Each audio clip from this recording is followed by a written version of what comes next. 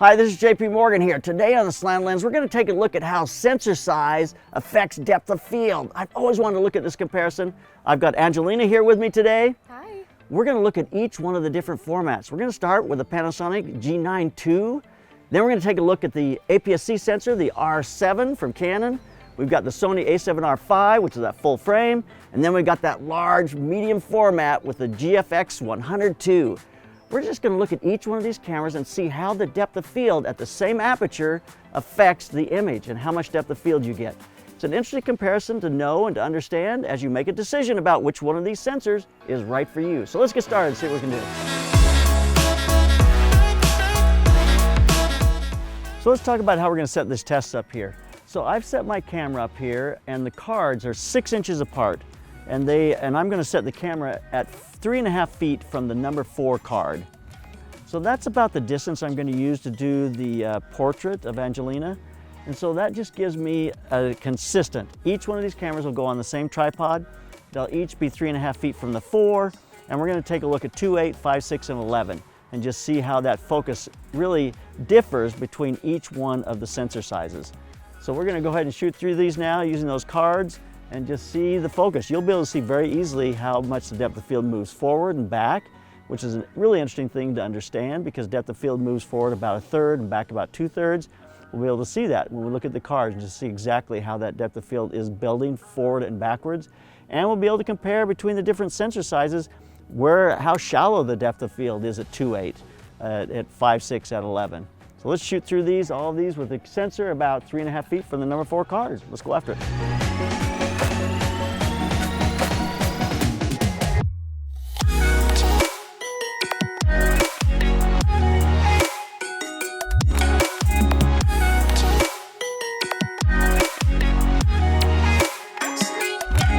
So let's take a look at the tests that we shot outside. The way I set this up is we focused on the number 4 card.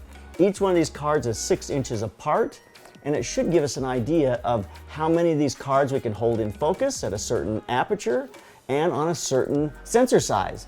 Now obviously Micro Four Thirds is going to have much more depth of field than a full frame or a medium format, so that's going to vary, and that's what we want to look at. Focus is very tricky. As I get closer to something and move in, the amount of depth of field narrows. As I move away, the amount of depth of field increases. So the depth of field is changing all the time, the amount that you get in focus. So we'll take a look at this in 2 or 3 different situations, just see exactly how it applies to that sensor size. And if focus is super important to you, getting that kind of nice soft out of focus in the background, this will be a great comparison for you to be able to see exactly what each one of these is doing. So this is the Micro Four Thirds, that's the G9 II. If you see in the background here, this number 4 is in focus. The number 2 card is pretty out of focus, but the 5 is holding, the 3 is actually pretty good. The 5 is starting to drift, and then it drifts to the 9. Now let's see what happens when we go to an APS-C sensor. This is the R7. You see that we now have the 4, but the focus is starting to fall out faster on the 5. It's definitely more out of focus on the 2 and the 3. If we go now to a full frame, wow, look how much that 2 card is out of focus. It is way out of focus. And now we see that the 4 is sharp, but the 3 is not very sharp at all. Now the 5 and everything back behind the 5 is really out of focus. Now let's see what medium format does. So here's medium format. So look at that medium format. You've got a 4 is in focus, but the focus drifts immediately. The 3 is out, the 5 is out. You're getting a very shallow depth of field. This is 12 inches between the 3 and the 4, and so we're getting somewhere way less than 12 that is critically in focus, probably only like 2 or 3 inches. Just very, very shallow depth of field. Now if I compare this to the Micro Four Thirds, look at the difference. Look at that Micro Four Thirds. We are so much sharper into the back. Look at how that medium format falls out. So that GFX 102, it just gives us a 4 and everything falls out. You see the focus in the background. Look how sharp this is in the background. That's a 2.8. That's Micro Four Thirds versus a medium format. So now if we jump up to 5.6, here's 5.6 for that Micro Four Thirds. It's starting to be almost all in focus. Not quite. The 7, 8, and 9 is drifting in the background. The 2 is definitely out in the front. But as we go to that APS-C sensor at 5.6, we see that there we've got a little less depth of field. The 2 is falling out more. You know, if we go to full frame, the 2 is definitely softer. The cards are falling out faster in the background. And of course, medium format, you have a very shallow depth of field. Even at 5.6, you're not holding the 3 and the 5. This is important to know because if you're shooting a family and you're fairly close, you're on a medium format, you're not going to get, 2.8 is not going to hold 2 rows of people. If you're backing up, 5.6 might, but you're probably going to definitely on a medium format need to go to f8.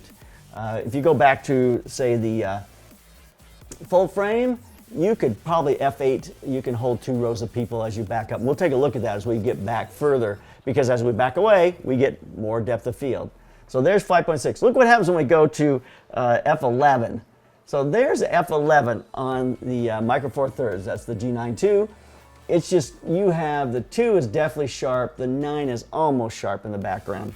We go to APS-C sensor, and the 2 is pretty sharp, the 9 is pretty sharp. I mean, that APS-C sensor is really holding it all.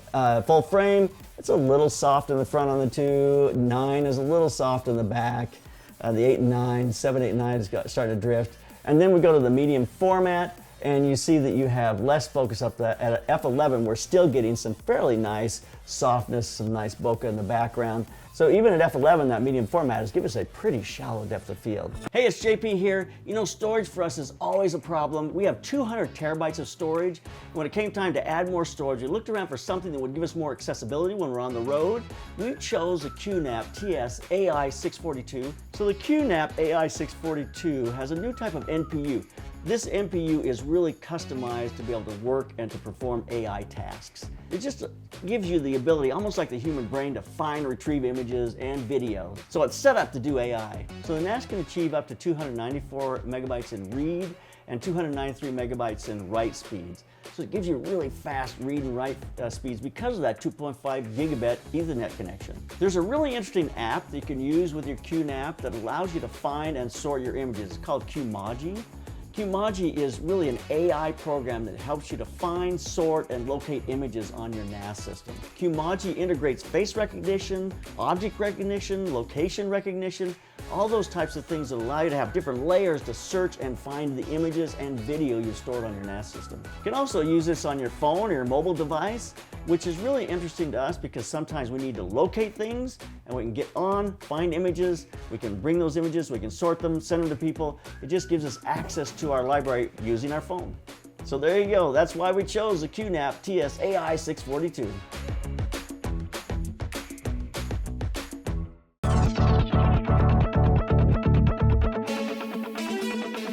So here's how we're going to do our test. I'm going to set each of these cameras up on the same tripod. We're going to use a 50mm equivalent lens for each. And we're going to shoot 3 different apertures. We're going to do 2.8, 5.6, and 11.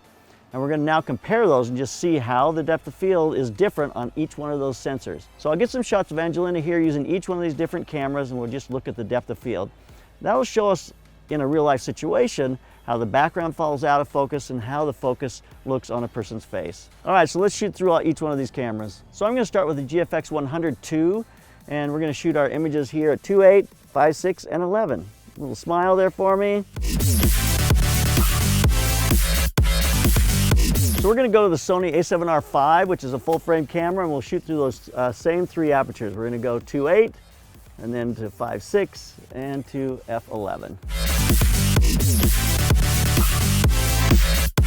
Now let's look at the R7. I got a 35mm lens on here, which should equate to about a 50mm.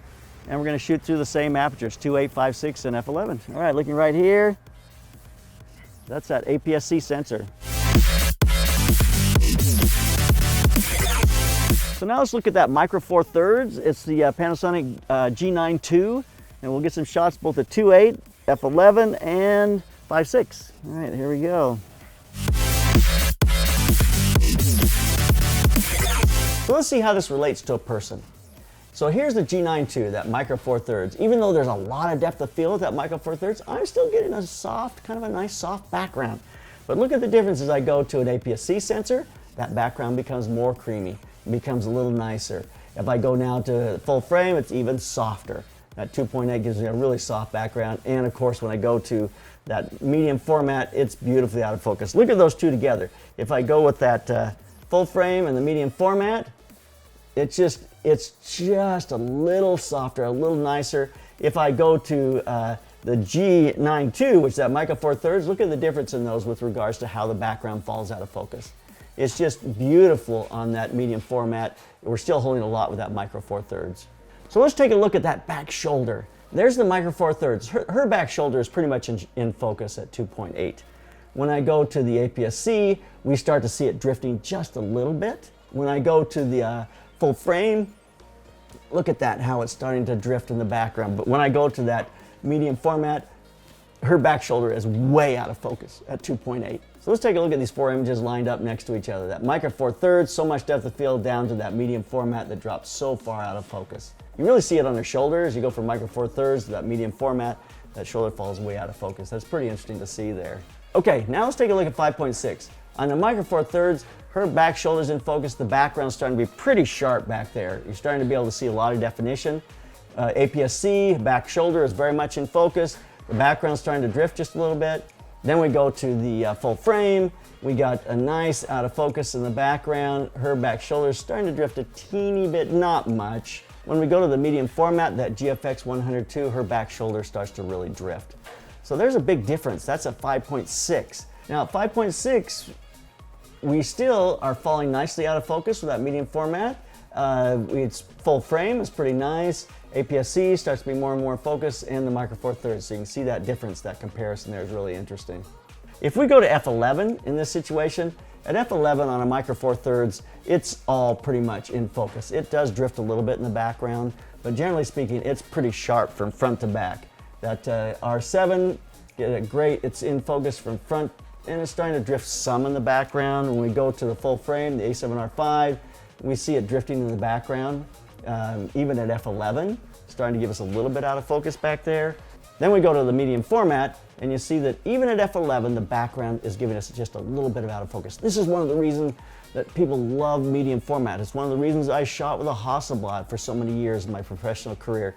And that is because you want to see the background drift out of focus. And even at f11, as close as I am to her, I still get some nice, softer looking background. That's the advantage of that medium format, with a lot of other things, image size and cropping capabilities and some other things.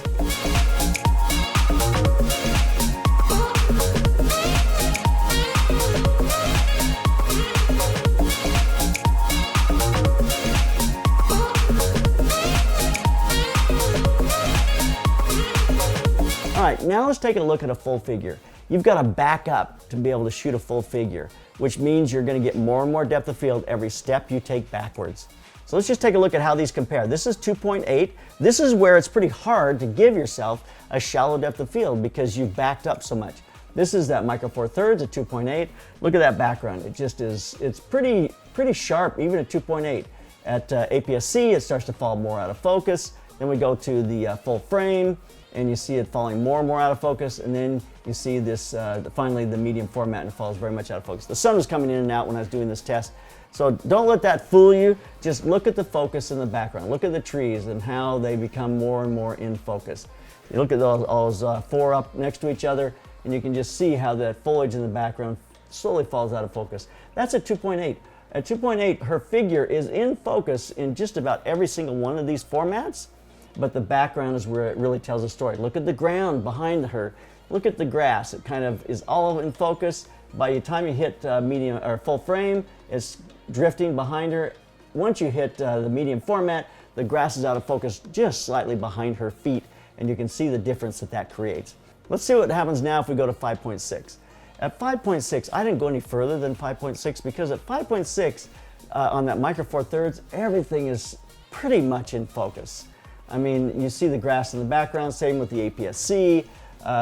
When you see the full frame, you're starting to see some drift in the background, and certainly on the medium format, you're starting to see some drift a couple of feet behind her. So even at 5.6, we're still getting some nice out of focus in the background on that medium format. Sounds like I'm selling medium format. I'm not. I'm just saying that's what's happening with the medium format. You may be shooting something like architecture, and you need depth of field. You may be shooting something that requires more depth of field. So in that case, you're going to want deeper depth of field. Sometimes medium format can be a challenge because you can't get enough depth of field to be able to conquer the problem that you're going after.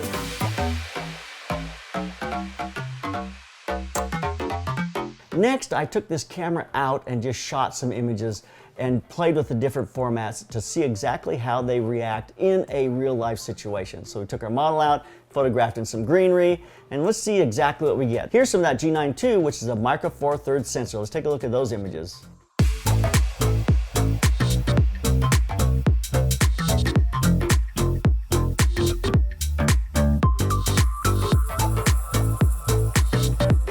Now let's take a look at that R7 from Canon. That's the APS-C sensor.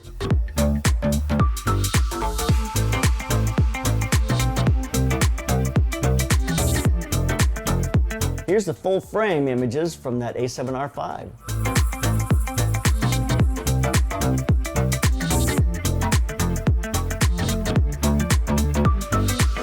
Here's the GFX 100 II, that medium format. Here's some images shot on that.